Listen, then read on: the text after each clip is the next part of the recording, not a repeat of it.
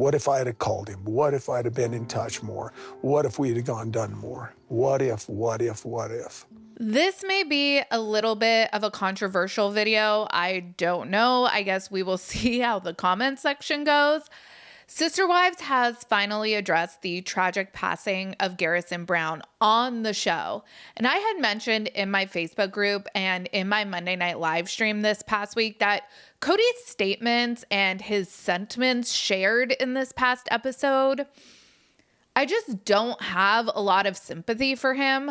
What he's saying is kind of falling on deaf ears with me, if I'm going to be totally honest. And I know that is a horrible thing to say about someone who is sharing their grief about losing a child. Like, Sarah, what the actual fuck is wrong with you? I know, believe me, I feel the same way about myself, you guys.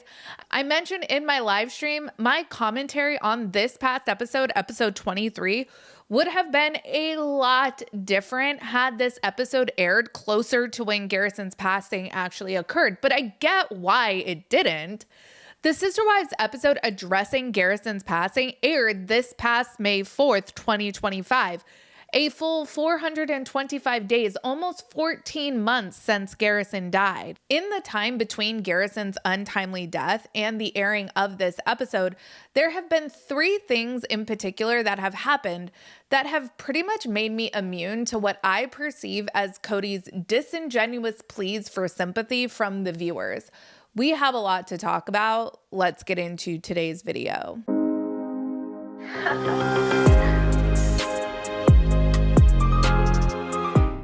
Hey everyone, what's up? It's Sarah and welcome back to my channel. I want to start this video off by taking a look in this past episode about what Kody said about the death of his son Garrison. I'm just sitting there, stunned, sort of shaking my head and trying to console my kids. The first moment the grief really clobbered me was when I was sitting down with Gwendolyn holding her hand. I look inside myself, I'm looking down my esophagus in my imagination into my lungs, and I feel this sort of grief come up out of me. And just like everybody's silent, this grief comes out of me, and I wailed. And that's when I first, I think, became really aware that this situation has gone down, and it's sort of unreconcilable. The strongest memories I have in these 3 days was actually being at the funeral home with Janelle. I didn't know what to say to anybody besides I'm sorry to everybody. It was all just so sad. I remember sitting there with Janelle and I was just going, hey, I really just want to take my boy home. And so I said, let's take him back to Wyoming and let's bury him next to Grandma Cheryl. We just totally agreed and that would be the right thing. Grief comes in waves. It wasn't supposed to be this way, you know what I'm saying? It's just heartbreaking, and Rob and I didn't get a chance to really just make things right, just not being able to say goodbye. Just don't know what to do with this death because it's like, I've got to do something different because I could have had more time with him, and I thought there would be more time. It still makes me sad. I know. It still makes me wonder if something could have been done. It's the what ifs.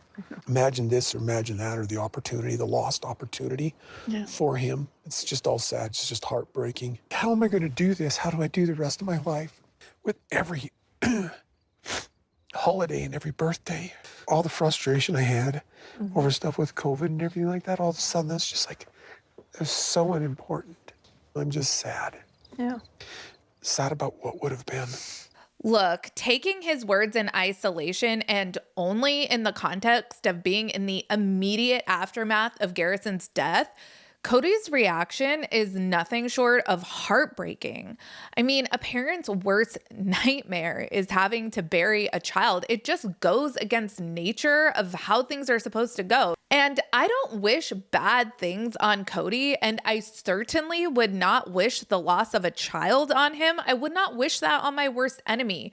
And for all of the criticisms I have of Kody, I do not consider him my worst enemy. In this episode, Kody talks about how things feel unreconcilable to him, how he wished he had more time, and that he felt like everything that went down with COVID was stupid. I will never blame Kody for Garrison's death. There is so much that goes into the decision that Garrison made.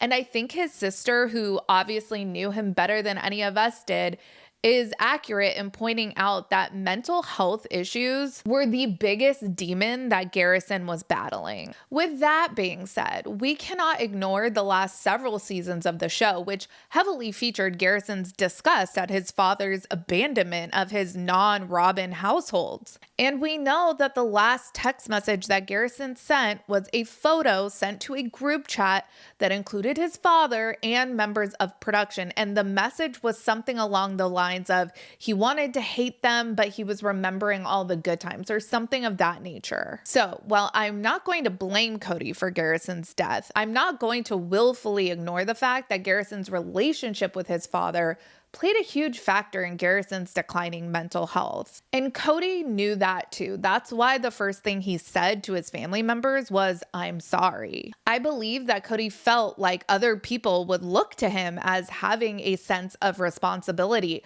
But I don't believe that Kody actually felt those feelings authentically. And here's why. Kody has had nearly 14 months to course correct with his surviving children. And by all accounts, from his own children's mouths, their relationship with their father is worse than ever. And that isn't just disappointing. It's honestly unforgivable for me as a viewer. This is my hard line of where I can no longer feel compassion for Kody. I just don't believe anything he says to me on the show anymore. How am I supposed to cry for a father that loses a child who says on camera that he wished he could do things differently, and when he very clearly can do things differently with his surviving children, he doesn't? There are 3 reasons why I just don't believe anything Kody says anymore.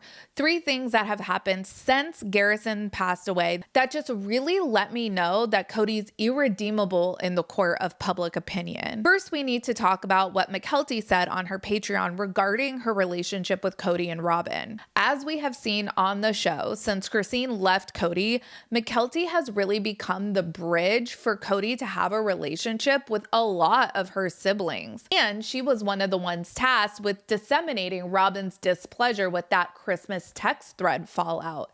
Mykelti has acknowledged that she has had to do 90% of the work in having a relationship with her dad and Robin, but she was willing to do that in order for her kids to have Kody and Robin in their lives. A few months after Garrison's death, people had noticed that Mykelti and Tony weren't really riding as hard defending Kody and Robin as they historically had. And someone actually asked in a comment what was up with that, and Mykelti and Tony replied. They said, "We try very hard to say what we can while respecting our families and relationships. We don't lie." To give you some insights, it's true, we have always been super supportive of Robin. Yes, lately, it may seem as that has changed. There are things that happened during the recent funeral that are the reason for that. We won't be talking about those events, so you're not totally wrong. Anyhow, thanks for supporting and watching. Hope this helps a little. So months after she loses her brother, something happens at one of the memorial services for Garrison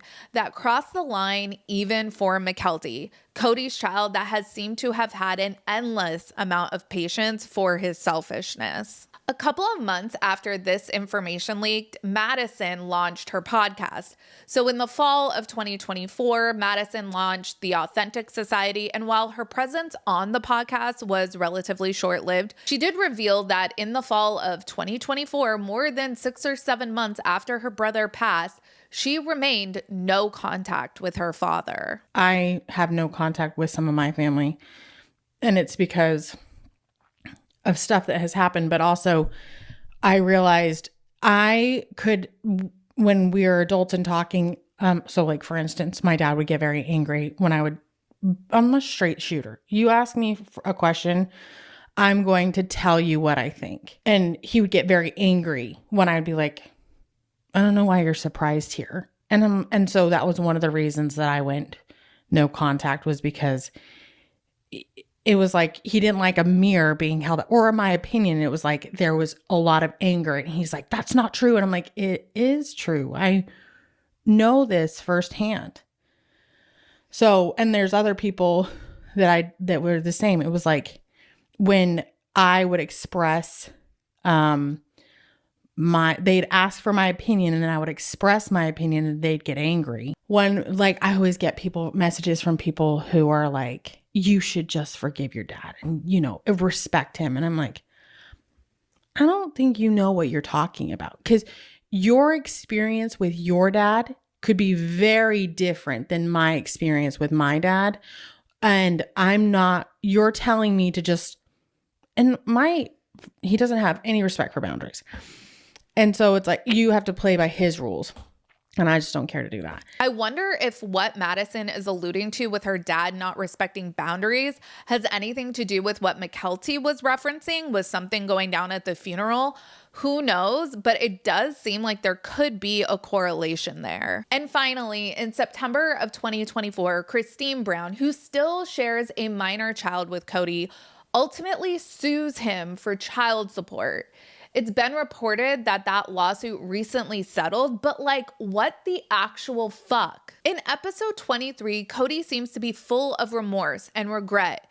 He seems to be truly affected by Garrison's death, but then in the months after, his ex-wife has to sue him in order for him to step up and take care of a minor child that they share together. I mean, if I'm Kody, take all of my money, Christine. What the fuck does money matter when you've just lost a child? And we know that this is not about money for Christine. It's about holding Kody responsible for the choices that he has made in life. And having 18 children was a very deliberate choice that Kody made. I've said it before and I'll say it again. If losing a child didn't fundamentally change who Kody was as a person, and if it didn't shock him into course correcting how he interacted with his surviving children, then I really have nothing for him. If an ex-wife has to sue him into taking care of his child when he is on camera lavishing his last wife standing with thousands of dollars worth of David Yurman jewelry, then I really just have nothing nice to say about Kody. And I feel bad about how that makes me feel. And I feel the need to point out, for those who are going to come for me in the comments, I didn't feel this way towards Kody in March of 2024. Quite the opposite, actually. I was all set to support Kody and cheer Sister Wives taking a focus on healing relationships. It seems like the rest of the Brown family have done exactly that, worked towards healing relationships and coming closer together. But sadly, Kody and Robyn have not. And honestly, it's their loss. Kody is responsible for the way I feel about him now. Let me know your thoughts down in the comments. Make sure you like this video and subscribe to my channel. Check out my second channel, Sarah Spills, and my podcast, Mostly Harmless. Links for both of those will be in the description of this video. Follow me on Instagram, Threads, X, and TikTok at Reality Squad, and I will catch you guys in the next video. Take care. Have a good one. Much love.